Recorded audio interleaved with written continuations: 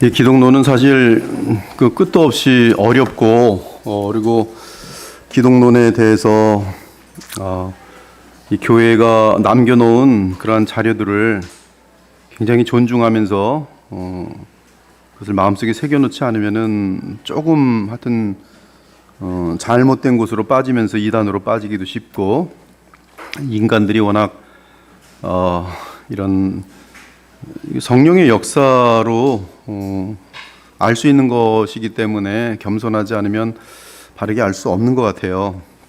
그래서 뭐 저도 지금 이걸 어떻게 다뤄야 될지 모르겠지만, 하여튼 뭐 최선을 다해서 뭐 주님께서 인도하시는 대로 한번 가르쳐 보려고 하는데, 먼저 이제 하나님이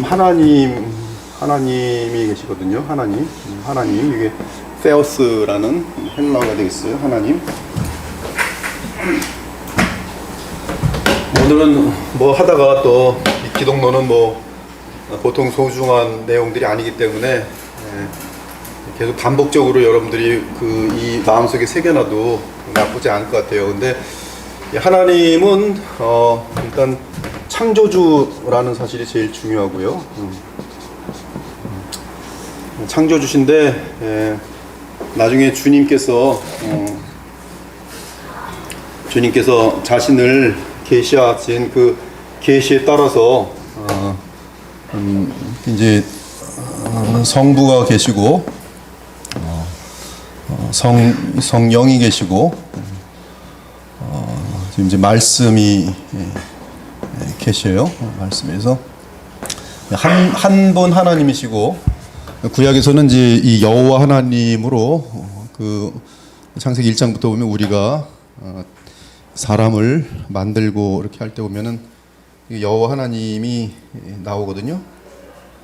그래서 그 여호와 하나님이 보면 그 단수로 돼 있어요. 즉 그 하나님의 그 세계에서 피조물의 상태 속에서 볼 때는 이 성부, 성자, 성령께서는 마치 제가 이 고린도전서 1장에서는 그렇게 얘기를 하죠. 고린도서 2장에서는 그렇게 얘기하죠. 하나님의 영으로는 그 생각하는 바를 아무도 알 수 없는 것 같이 너희들도 너희 영 외에는 자기의 속에 있는 것을 알 수 없는 것처럼 이 하나님의 영 외에는 하나님의 일을 알 수 없다라고 얘기를 해요. 그래서 이제 여기 보면 그때 하나님의 영을 비교할 때 우리의 영, 우리 사람에게 있는 영과 대조시킵니다. 바울은. 그러니까 그것은 뭐냐면 지금 하나님에 대한 인식에 있어서 하나님의 영에 대한 인식은 바울도 의도적으로 나라는 사람의 영, 그렇게 대조가 되도록 인식되고 있어요. 우리는 이 펄슨이라는 개념 속에서 서로 나중에 구별된다는 거는 이제 알아요. 근데 사실 그 구별이라는 것도 나와 내 영, 즉 내 영, 나를 말할 때 목사님, 그 목사님 그러지 목사님의 영, 목사님의 영 이렇게 얘기하지 않잖아요. 근데 나는 지금 이 영으로 제 생각을 하고 그다음에 말을 하잖아요. 말 그렇죠? 사람도 보면은 영이 있고 말을 한단 말이죠. 근데 성경도 하나님에 대해서 하나님의 영이 계시고 그리고 하나님께서 말씀하세요. 그러면 지금 제가 하는 말하고 저하고 다른 존재입니까? 아니죠. 같죠. 그러나 나는 말이 아니죠. 뭐 일사님이 목사님의 말 이렇게 부르는 거 아니잖아요. 항상 일사님이 저를 부를 때는 목사님 그 전체를 부르고, 그리고 통화 방법은 말씀, 그리고 말씀이 진행되기 전에 생각, 영. 그러면서 이 말씀과 영이 저를 구성하면서 저라는 어떤 그 펄슨 인격체. 그래서 이러한 개념에서의 이게 신격이란 말이죠. 한 분이란 말이죠. 근데 저하고 영의 관계, 나와 영의 관계, 나와 지금 내가 말하는 거의 관계에 있어서 이 영은 지금 저라는 것이죠. 저랑 저지만 나라는 존재와 구별되어지는. 그래서 집사님이 목사님 그러지만 목사님의 영 이렇게 부르지 않는 거죠. 그러나 나의 영과 나라는 존재는 같은 거죠. 같으면서도 구별이 되죠. 이제 그런 개념 속에서의 성부, 성자, 성령의 구별됨. 그러면서도 이제 각 펄슨이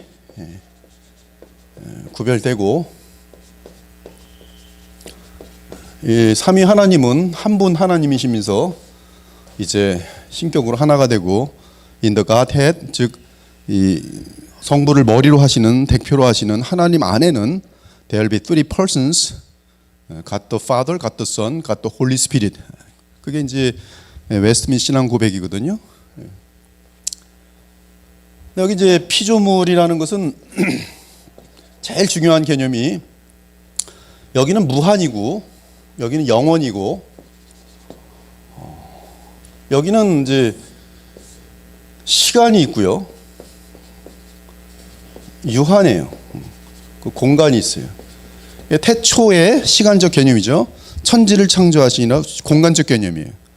그래서 창세기 1장 1절은 하나님께서 시간과 공간을 창조하셨다. 이것이 제일 중요한 개념이에요. 그리고 하나님께서는 자기의 형상대로 사람을 만드셨다. 그런데 사람을 만드실 때 남자와 여자로 만드셨다.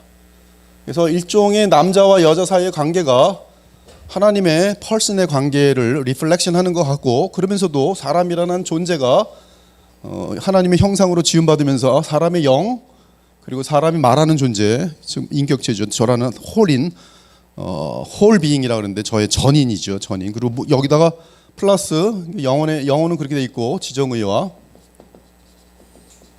그리고 플러스 몸이죠. 그리고 이 상태가 계속 이제 죽지 않고 그 악한 상태가 빠지지 않고 하나님과 함께 이제 교통이 되어지는데, 이 교통이 바로 무한과 유한의 교통이고 영원과 시간의 교통이거든요.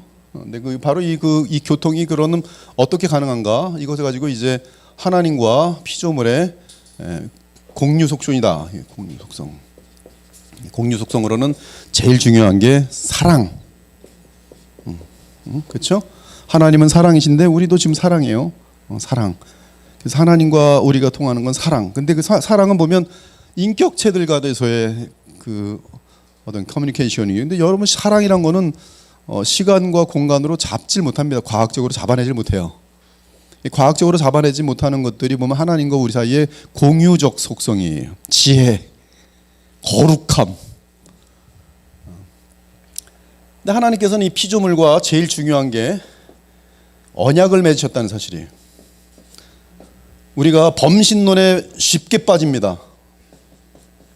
신학을 조금만 잘못하면. 즉, 내 안에 하나님의 생명이 있다고 말할 때 그 하나님의 생명을 근원적인 생명으로, 이 하나님은 근원적인 생명이거든요. 즉, 생명 그 자체입니다. 그런데 행여 내가 하나님의 생명을 갖고 있다 할 때 근원적인 생명으로 내가 갖고 있다면 내가 하나님이란 뜻이에요. 바로 그 잘못되면 이단으로 빠집니다. 그러면 인간이 갖는 생명이란 개념은 무엇인가? 거기에 언약 개념이 들어가지 않으면은 우리는 바르게 피조물 속에서의 생명과 또 영생의 개념을 바르게 이해할 수 없어요. 그래서 언약이 제일 중요합니다. 즉, 아담은 언약을 깨뜨림으로 말미암아 생명을 잃었어요.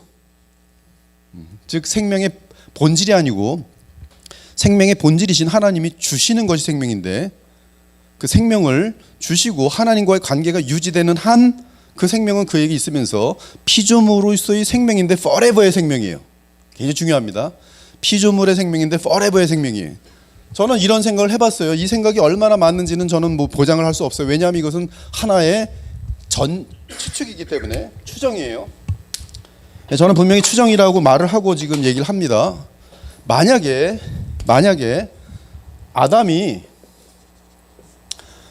선악과를 따먹게 만드는 마귀의 시험을 이겼을 때, 만약에 하와까지 먹었는데 하와가 했을 때 땡! 어디 감히 하나님이 나를 인류의 대표로 지었는데 감히 하나님이 나의 갈비뼈로 만들어준 당신이 나를 마귀가 시키는 대로 하라고. 나는 하나님의 말씀 지킬 거야. 너 먹어. 너는 먹었지 이미 벌써. 난 안 먹을 거야. 그랬더라면, 여러 가지 전제가 있으죠. 그랬더라면. 아니면 하와가 성경 공부를 그 전에 열심히 해가지고서 마음도 강하게 해서 뱀이 와서 사탄이 선악과를 먹으라고 했을 때 싫어 안 먹어. 그랬더라면, 그렇죠. 그랬더라면 거기서는 이제 마귀가 끝나는 거예요. 그리고 이 세상은 죄가 들어오지 못하는 것이, 그리고 그에게는 무엇이 주어지면 하나님께서, 생명의 근원이신 하나님께서 언약을 선악과를 알게 하는 나무가 하나 있고, 동산 중앙에는 뭐가 있냐면 생명나무가 있어요.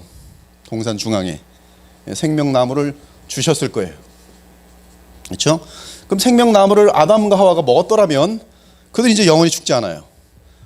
그들이 갖는 영생은 피조물로서 forever예요. 죽지 않아요. 즉 죽는다는 것은 그의 몸과 영혼이 분리되는 것인데, 몸과 영혼이 다시는 분리되지 않고, 죽음이라는 것은 너와 나의 분리인데, 이 하와는 갈비뼈, 아담의 갈비뼈에서 나왔는데 그렇게 만들었지만 에베소 이 5장 마지막 절에 보면 그들은 하나거든요. 한 몸이, 한 몸. 하나님께서 보실 때는 아담과 하와는 한 몸이, 그래서 결혼하는 거예요. 한 몸입니다.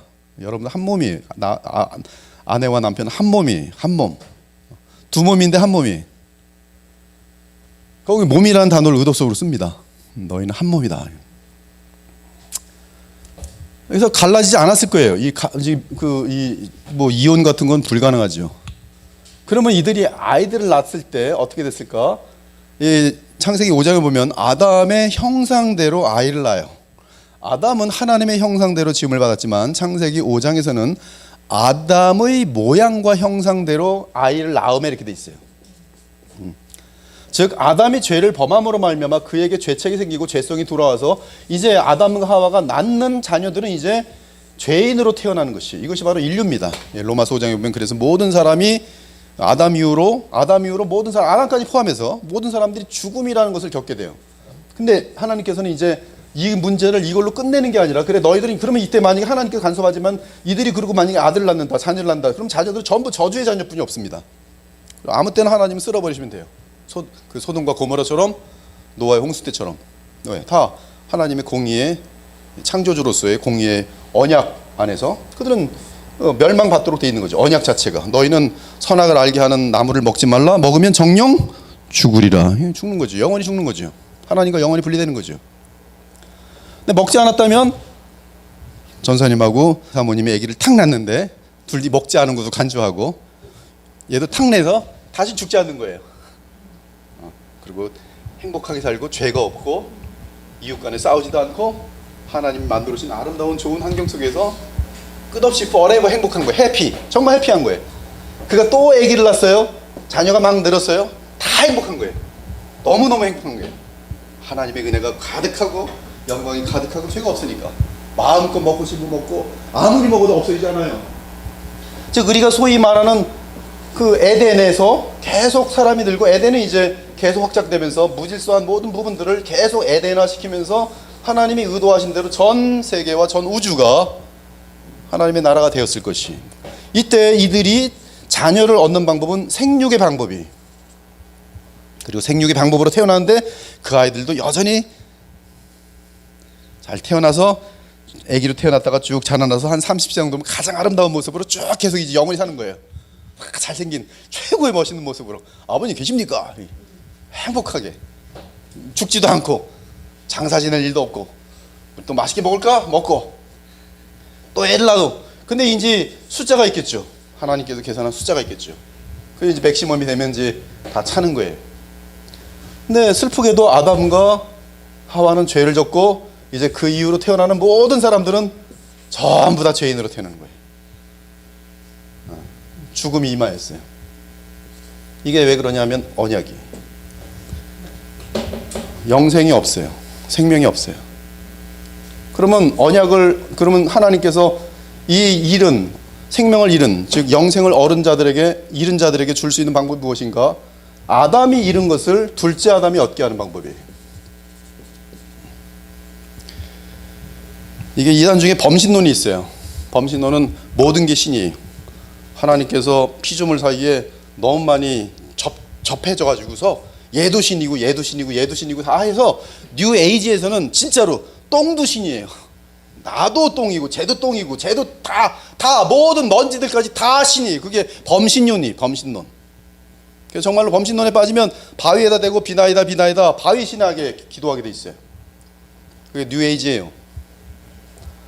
근데 파넨시즘이라고 있어요. 그래서 뭐냐면 하나님은 엄마고 엄마의 뱃속에 태가 생기면 이 뱃속도 뭘 갖고 가요? 걔가 생명을 가져요. 누구랑 동일한 생명이에요? 엄마랑 동일한 생명이에요. 사람의 생명이. 하나님이 생명이 있는데 하나님께서 이 피조물 사이에 자기 생명을 엄마의 태 속에 품는 것처럼 주는데 바로 이 아이가 받는 생명이 동일한 생명이에요. 하나님이 가진 생명과 본질의 생명과 동일한. 다 이단들이. 이런 것들은 지금 철학적으로 그렇게 가르쳐져요. 범신론이랄지 파넨시즘이랄지 뭐 이런 것들 여러분. 근데 우리 기독교가 이렇게 알면 안 되는 거예요. 생명에 대한 개념이. 생명에 대한 개념을 할 때 반드시 언약이 있어야 되고, 그러면 둘째 아담이 와서 어떻게 해야 영생을 얻는가? 아담이 잃었던 영생, 즉 하나님이 언약 안에서 언약이 지켜줄 때 주기로 하는 피조물에게 주시는 forever의 생명을 어떻게 주시는가? 둘째 아담이 이 언약을 완벽하게 지키셔야 돼요. 죄를 안 짓고 합격을 해야 돼요. 그래서 예수께서 공생애를 시작하자마자 마귀에게 시험 받습니다. 그 마귀는 아담이 실패했던 그 실패를 다시 회복해야 되는 열악한, 그가 아담이 망쳐놓은 자리서부터의 시작이에요. 아담은 먹을 것이 엄청나게 많았습니다. 거기서 먹지 말라는 시험이었는데 여기는 굶어 죽을 판이에요. 지금 40일 동안 금식한 가운데서 아무것도 없어요. 그래서 이 돌들로 떡덩이를 해라. 그때 떡을 신성을 가지고 만들 건지 안 만들 건지 시험은, 그건 아담과는 종류가 틀린 거예요. 너무나 이건 열악한 상황 속에서 배가 굶주린 상태 속에서 시험이에요. 근데 이때 하나님의 이 둘째 아담으로서 이 시험을 합격해야 돼요. 근데 합격했어요. 왜? 성령으로 하나님을 놓치지 않아요. 말씀을 놓치지 않아요. 그런 가운데 결국은 이제 죽는 그날까지 예수께서는 흠이 없어요. 즉 죄를 짓지 않습니다. 죄를 짓지 않는다는 건 거꾸로 율법을 한 번도 어기지 않으면서 율법을 완전히 다 지키신 거예요. 그래서 완전한 의, 즉 흠없는 어린 양이 되십니다. 죄가 하나를 졌으면 그는 우리를 대속할 자격이 없어요. 흠없는 어린 양이 되어서 우리 대신에 죄값을 감당하기 위해서, 속량하시기 위해서, 값을 치르기 위해서 십자가에 죽으신 게 바로 속량이에요. 흠없는 어린 양이 속량하셨어요. 그리고 부활하셔서 뭐가 되시냐면 히브리서에서 가장 중요한 내용이 바로 그의 속량과 그의 대제사장직이에요. 번제라는 것, 이 번제라는 개념 속에서 이 흠없는, 그래 이제 이 제사장은 항상 번제 제물을 가지고 하나님께 바치는 거예요. 근데 이 번제 제사장이 누군가? 제사장도 흠이 없는 존재해야 돼요. 근데 구약에서의 제사장은 맨날 사람이라 죄 때문에 죽어요. 그러면 제사장이 죽을 때마다 바뀌어요. 근데 영원히 죽지 않는 사람이어야 돼요. 그래서 히브리서에서는 바로 우리의 죄인들을 대속할 수 있으며 우리의 죄를 대속할 그 사람으로서 죄사를 지내주시는 분, 바로 그분이 바로 살아계신, 즉 부활하셔서 영원히 살아계신, forever 살아계신 대제사장 우리 주 예수 그리스도예요. 그분이 지금도 우리의 죄를, 그래서 이제 로마서 8장에 보면 예수께서 우리를 위하여 도고 중보기도, 이건 정확한 중보입니다. 중보기도 하시는 거예요. 중보자예요. 근데 지금 여기서부터 이제 복잡한 게, 그러면 예수님이 하나님이 아들이신데 사람이 되신 건데, 이 사람이 되시는 순간이 성육신이에요. 뭐 하여튼 보통 이게 저도 지금 사실 컴퓨터를 오래 해가지고 좀 하여튼 나름대로 러직하게 쫓아가는데 너무나 깊어서 막 계속 머리가 막 아파요. 너무 깊어서. 근데 즉 이 하나님의 아들, 즉 무한하시고 영원하신 하나님이 말씀이 사람이 되십니다. 말씀이, 정확히 얘기해, 말씀이 사람이 된다. 육체를 입으셨다. 그래서 성부가 아니고 성령도 아니고 말씀이 그렇게 하세요. 이분만이 그래서 성육신하는 그 순간부터 이분은 간단하게 말해서 하나님이자 참사람이. 참사람이. 그리고 참사람으로서 그의 모든 인생 가운데 아까 말씀드린 이러한 일을 이루시고 이제 참사람이자 하나님이신 그분께서는 이제 요한복음 14장부터 16장을 보면 이 하나님 사이에 계약이 보여요. 그 계약이 뭐냐 하면 당신 말씀 하나님이 내려가셔서 사람으로서 여차여차한 일을 다 이루시면 성령을 당신은 피조물에게 보낼 수 있는 자격을 가져요. 피조물에게. 근데 그 성령이 바로 임하게 되는 것이고 하나님의 나라고, 이것이 지금 사실은 보면 성령 안에서의 하나님과의 연합이, 이 하나님과의 연합이 그러면서 라인이 복잡하게 두 개처럼 보일, 두 개처럼. 여러분, 그 예수 그리스도와의 연합이라는 것은 여러분이 이해할 수 있을 만큼만 이해하시면 돼요. 지금 그 예수께서 오셨단 말이죠. 예수께서 오셨어요. 이 땅에 오셨어요. 네, 사람이 있어요. 다 죄인들밖에 없어요. 다 영원히 멸망할, 이제 그들의 호흡이 끊어지면 영원한 하나님의 어떤 조금의 이 자비도 완벽하게 끊어지는 그런 상태로 들어가게 되는 것이죠. 하나님과의 관계도 전혀 있을 수가 없고 죄와 거룩한 완전한 거룩이 있을 수가 없지요. 예수께서 스불론과 갈릴리와 하여튼 오셨어요. 성육신을 입으시고 이제 사역을 하시는 거죠.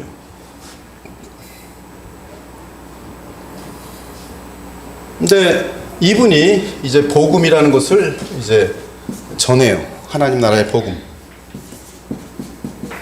그러나 이 하나님 나라의 복음은 사실 구약 전체가 쉬지 않고 가르쳐 왔던 것이고, 그 하나님 나라의 주인공은 바로 여인의 그 씨로부터 창세기 3장 15절부터 계속 이제 이어지기 시작합니다. 그래서 아브라함 때는 이제 아브라함의 그 씨, 이삭의 그 씨, 야곱의 그 씨, 이스라엘의 그 후손, 계속 그렇게 연결되면서 가장 중요하게는 이제 다윗 왕 때, 더 구체적으로 다윗의 그 씨, 이제 로마서 1장 4절에서 받아서 곧바로 그 씨가 바로 이 예수 그리스도 나사렛 그리스도다, 이렇게 얘기하는데요. 그리고 그 씨가 하실 일, 가장 중요한 일에 대해서는 이제 이사야서로 건너오면서 모든 선지자들도 마찬가지인데, 가장 중요하게는, 가장 대표적으로는 이사야 53장처럼 우리의 죄를 대속하시는 분. 물론 이 대속 전체는 요한복음 5장 마지막 부분에서 나오는 것처럼 모세가 가르친 전체, 너희가 모세를 믿었더라면 곧 나를 믿었으리니, 즉 모세오경 토라 율법이라는 것은 그 안에 있는 모든 것이 예수 그리스도를 가르치기 위함이에요. 그러므로 율법을 통해서 예수 그리스도를 가르치지 못하면 그건 멸망시키는 것뿐이 안 됩니다. 죄책감만 주고 끝나는 거예요. 이 모세와 선지자는 구약을 전체를 말해요. 또는 누가복음 24장에 보면 모세와 시편과 선지자라고 돼 있어요. 이거는 구약 성경 전체를 얘기하고, 누가복음 24장에 보면 이 모든 구약은 곧 나를 가리킴이라 그랬어요.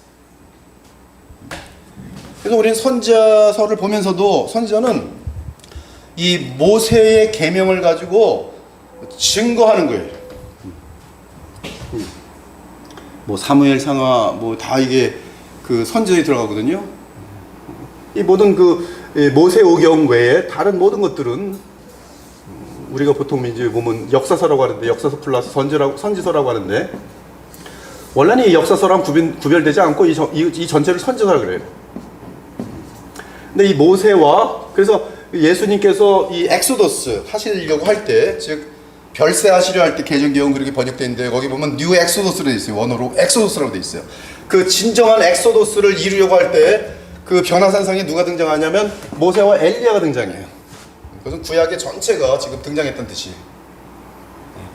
구약 전체가 예수께서 이루실 일에 대해서 컨펌해주는 장면이에요. 그래서 아무튼 이 다윗 때 보면은 이 하나님의 나라에 대해서, 그리고 그가 오면, 그러면서 이제 이 후손에 대해서 말하고요. 그리고 다니엘서로 가면 바로 다니엘서에서는 계속적으로 인자라는 이름으로 이분의 나라와 관련된 사역을 얘기해요. 다니엘서는 계속 이분이 나라를 세우시면 영원히 그 나라를 이을 나라는 없다. 즉 이 나라는 영원히 존재한다. 왕조가 바뀌지 않는다는 뜻이죠.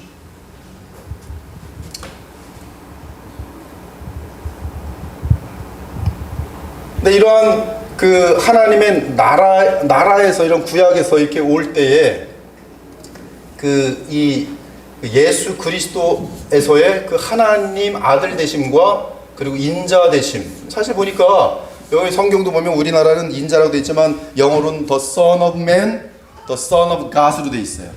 Son of God은 하나님이신 성자 하나님, 말씀 하나님이심, 그렇게 보시면 되고, 인자는 정확하게 그가 성육신하신 그때부터 the Son of Man이, 즉 우리를 위해서, 피조물 죄인된 우리를 위해서 사람의 몸을 입으신 그분은 바로 인자로서, 왜 인자인가, 바로 구속자가 되시기 위해서 오시는 그런 그림으로 묘사가 되어 있어요.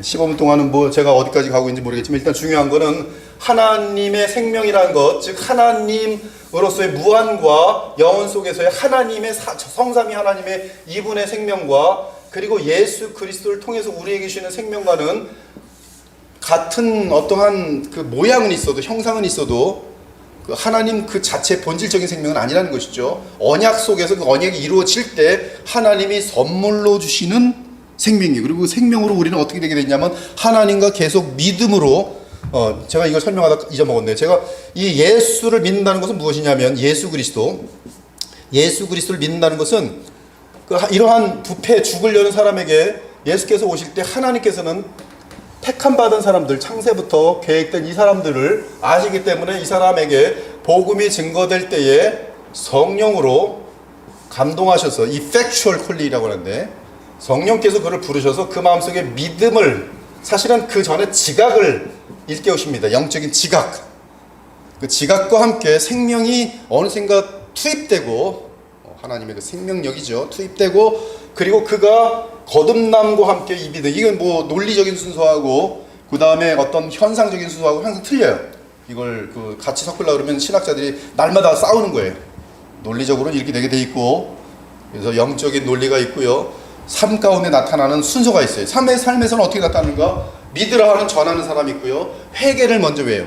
회개하라, 즉 너희의 삶에서 돌이켜 하나님을 믿으라. 그러면 그가 듣고, 그렇죠, 듣고 믿어요. 믿으면 성령이 임하는 으로 돼 있어요. 이것은 체험적인 순서예요. 그러나 지금 영적인 논리적인 순서로는 그가 그 믿음을 표현하기 전에 하나님께서는 그에게 지각을 열어주시고 믿음을 갖게 하세요.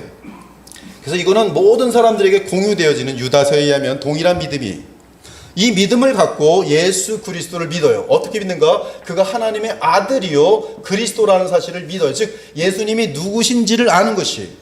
그래서 마태복음 16장에 보면 이 시몬 베드로가 예수 그리스도의 정체를 그대로 고백해요. 그것이 처음 고백입니다. 예수님의 정체에 대한 최초의 고백이에요. 주는 그리스도시요 살아계신 하나님의 아들이십니다. 그것이 예수님에 대한 정체를 아는 것인데, 인간의 힘으로는 그걸 알 수가 없어요. 하나님의 계시에 따른 하나님의 영이 눈을 열어줄 때 예수님 보면서 저분은 하나님이시다, 나를 위해 오신 그리스도라, 정확하게 고백하게 되는 것이. 근데 그 믿음이 그에게 나타날 때 예수께서는 성령을 부으세요.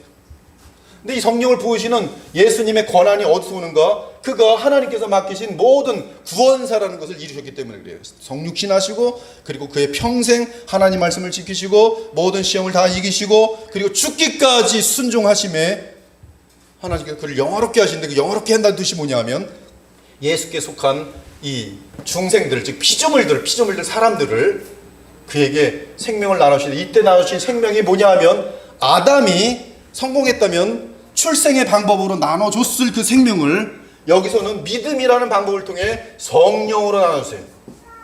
그래서 갈라디 4장에 보면은 너희는 이삭의 자녀라, 곧 약속의 자녀인데 성령으로 난 자라. 여러분들이 이 구약의 신자들과 신약의 신자들이 어떤 차이가 있는지를 정확히 아는 것은 굉장한 그런 핵심입니다. 얼마 전에도 하여튼 이메일을 받았는데, 왜 구약을 가르치시고 왜 구약을 두둔하십니까? 그래요. 예수님만 믿으면 되는 것이고, 무슨 구약에 신약에 있는 뭐 율법이란 것은 뭐 갈라디아서 로마서에 보면 다 필요 없는 거로 돼 있고, 이것들은 저주를 받는 것이고, 그러면서 아주 자기 나름대로 엄청난 양을 가지고 이메일을 작성했어요. 그러면서 구약은 필요 없다라는 결론을 내고 앉아 있어요. 그래서 그건 말시온주의로 당신 같은 사람은 기독교 역사에 많았으니까 다시 배워라 해서 그럼 또 왔어요. 뭘 배워야 됩니까? 가만히 그냥 내 블로그에 들어서 계속 글 좀 읽어라 그랬어요. 다시 답장 안 오더라고요. 이 지금 보면 우리에게 이 예수께서 율법을 다 지키심으로 말미암아 그가 얻어낸 영생을, 이제 그는 또 하나님의 아들이기 때문에 이 자기에게 속한 모든 자들에게 하나씩 찾아내시면서 이 생명을 주시는데, 이 생명이 바로 우리가 누리게 되는 영생이에요. 즉 언약 속에서 주어지는 영생이에요. 이 생명은 하나님의 생명과 하나님의 형상이 우리가 지음을 받은 것처럼 유사성이 있지만 내가 하나님은 아니잖아요. 창조주가 아니잖아요. 근데 이걸 건너뛰는 사람들이 많다니까, 쉽게. 여러분 절대 건너뛰면 안 됩니다. 신학에서 제일 중요한 건 뭐냐면 크리에이터, 크리에이처 디스팅션이에요. 거긴 건너면 안 돼요. 어떻게 유한이 무한으로 건너뜁니까? 어떻게 시간 속에 갇힌 존재가 영혼을 갈 수 있어요? 그건 말이 안 되는 거예요. 그런 개념들을 다 이게 통틀어서 가만히 알고 계셔야 되는데요. 이러한 가운데에서 성육신에 대해서 여러 가지 논쟁이 많이 생기다 보니까 이제 553년 콘스탄티노플 제2차 공의에서 이러한 교리를 선포해요. 쌍둥이 교리. 이 쌍둥이 교리를 루터가 다시 붙들고 종교 개혁 속에 들어와요. 그것이 뭐냐면 안 히포스타시아 그리고 엔 히포스타시아. 이 성육신에 대해서 이것처럼 사람의 마음속에 정확한 개념을 갖도록 하는 단어가 없어요. 오늘 뭐 어쩌면 뭐 요까지만 할지도 모르겠는데요. 자, 그래서 성육신에 대해서 이 553년에 이 안히포스타시아, 뭐냐면 이 안이라는 것은 낯뜨기란 뜻이에요.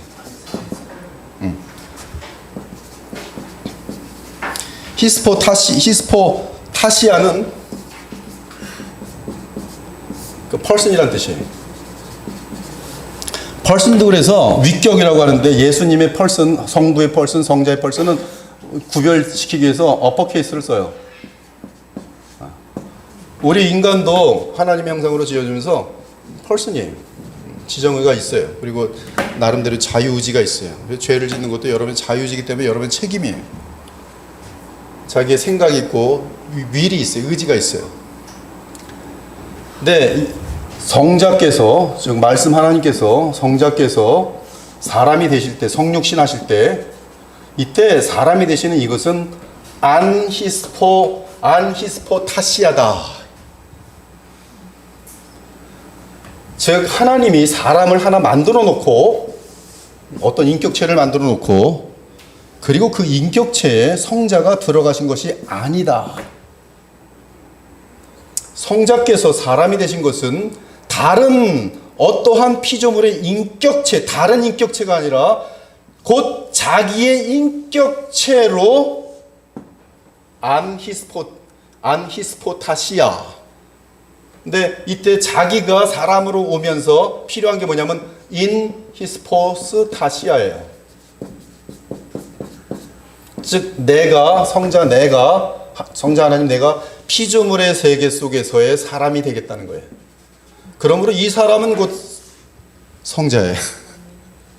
그러므로 정말로 갓난 아기는 마리아의 태에서 무한하신 성령으로 잉태된 그 아기는 참으로 성자 하나님이세요. 안히스포타시아 인. 그래서 이것은 뭐냐면 personhood이라 그래요. 즉 완전한 사람인데, 근데 성자 하나님이 자기를 지으셨어요. 자기를 지으셨어요. 근데 그 자기를 지으신, 즉 성자 하나님께서 지으신 그가 둘째 아담이 아담하고 동일해요. 여러분하고 동일해요.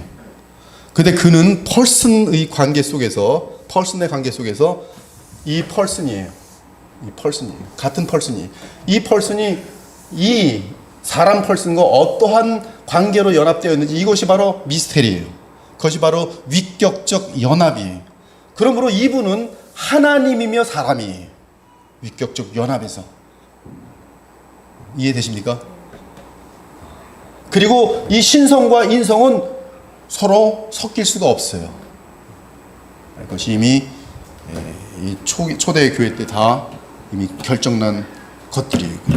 그러면서 루터는 바로 이것을 다시 한번 붙들면서 이러하기 때문에 속성 전달이다, 속성 교류다. 즉 사람은 일단 이 모든 관심은 무한하고 영원한 그쪽보다는 이 땅에 오신 예수님을 자꾸 관심을 갖게 되겠죠. 그러면 예수님은 그의 이 펄슨훗 속에서 영원하신 펄슨과 맞물려 있는데 그 맞물려 있는 건 우린 모릅니다. 어떤 방식으로 맞물려 있는지 모르지만 그 맞물려 있는 그분은 곧 하나님이시기 때문에 이분이 입고 있는 몸은 그 하나님의 몸이라고 볼 수 있기 때문에 이 몸은 영적인 몸이다. 근데 영적인 몸인데 이 정말 어떤 위격적인 연합이라는 그것 때문에 이 몸에는 지금 우리의 몸과는 다를 것이다. 왜 다를 것인가? 이 몸에는 하나님의 전능하심의 어떠한 그런 요소들이나 무궁하신 어떤 파워, 어떤 권능의 입장이 있어서 그에게는 이 몸에 그런 것들이 이미 있을 것이다. 부활의 몸을 봐라. 그때 부활의 몸을 보니까 벌써 이 인간, 우리 피조물 된 인간의 몸하고는 전혀 다르지 않는 거. 이 예수님의 몸은 그런 의미에서 하나님의 어떠한 그 신성이 이미 그를 붙들고 있는 그런 몸이 아니겠는가. 여기서 이제 개혁주의는 이 몸은 그 신성과의 어떤 속성 교류에 의한 것이 아니라 하나님께서 이제 부활하신 우리 예수께 그 어떤 사람으로서의 완성된 사람에게 주시는 어떤 사람으로서 피조물 세계 속에서의 권한과 권능의 확장으로 보지 이것을 신성의 어떤 건네주는 선물로 보지 신성과 이것의 어떤 연합에 의한 것으로 나타나는 현상으로 보지 않는 거예요. 지금 여기서 보면 여기서 이제 루터교는 계속 실수를 하는 거예요. 즉 아까 말한 언약이란 개념이 없으니까 언약이란 개념이 빠지고 나서 이 연합이란 개념 속에서 이제 이해를 들어가 버리니까 자꾸 이제 예수님의 몸덩어리가 연합이 설명이 안 되잖아. 예수님의 몸. 그럼 그 몸은 그 신성과 합쳐 있으면 그 몸은 아마 편재하겠지. 몸은 우리 눈에 볼 때 여기 있는 것 같지만 여기 그래서 성찬도 마찬가지예요. 이 지금 떡은 여기 있는 것 같지만 지금 이 성찬이 지금 내 몸이라 했으니 하나님의 거룩하신 진짜 몸이 우리 눈에 보이지 않을 뿐이지 우리 눈에 보이지 않는 게 얼마나 많은가. 공기 같은 것도 눈에 보이지 않는가. 이런 눈에 보이지 않은 형상으로 지금 예수님의 몸이 와 있다는 거. 몸. 왜? 위격적 연합 때문에. 거기에다가 딱 하면서 뭔 소리야 쭈빙글리가 등장해서 이제 알로이오시스 예수님의 그 연합 상태는 신성이 한 것을 예수님의 인성이 한 것으로 간주해 주는 것이며 예수님이 인성이 한 것은 또 신성이 한 것으로 간주해 주는 것이에요. 간주 서로 이렇게 어떤 우리가 알 수 없는 신비한 방법으로 연합되어 있으니까 켈빈은 신기하게도 별 얘기 안 해요. 이 사람들에 대해서. 아니야. 예수께서는 성령으로 잉태되셨고 요한복음 3장에 보면 예수께서는 성령이 무한하게 계시고 그리고 그는 그러면서 이제 논리를 쭉 펴가는 거예요. 언약 속에서 예수 그리스도 안에서.